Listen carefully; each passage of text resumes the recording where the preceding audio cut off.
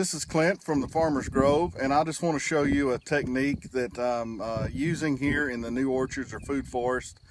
That it's composting in place, but maybe not for the same reasons you're thinking about.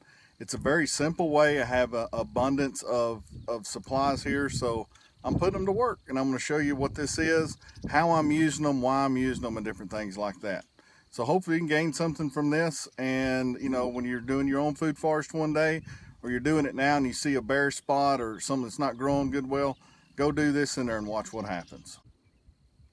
Ew, look at all that stuff in there.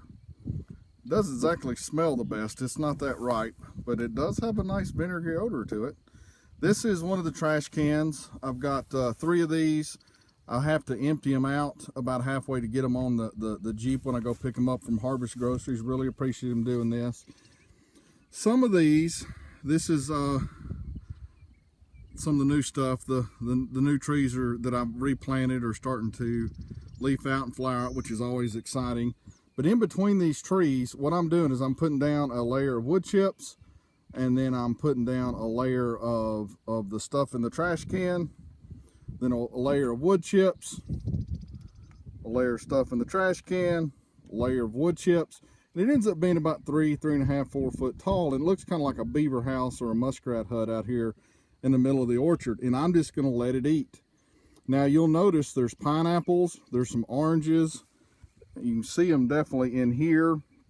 And I've read that you don't put stuff like this in compost, even though this is technically not compost. I won't be turning this. My chickens will do this for me when I get them over here. So it's not technically compost, but it is acidic when you do this. Now keep in mind, all those pineapples and guavas and all this fruit that they're using inside the juice stuff right here, there's a lot of minerals and micronutrients and stuff that's in that. And the only way you're going to get that into your soil is going to be with some acidity. And one of the things I've read online, if you use any citrus or pineapple in your compost, it'll kill the worms, they'll leave, and this, that, and the other. Well, I can tell you, I've been doing compost like this and letting the chickens do it inside their pen, and it is absolutely full of worms.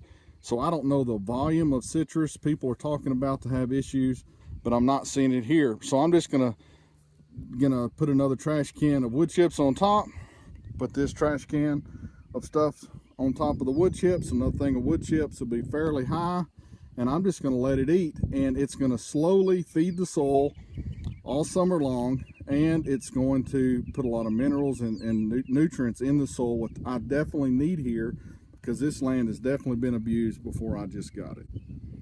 So I hope the wind's not too bad, but here's some of these humps that you will see all throughout my orchard now. You see them down through there, look like beaver huts or something out here.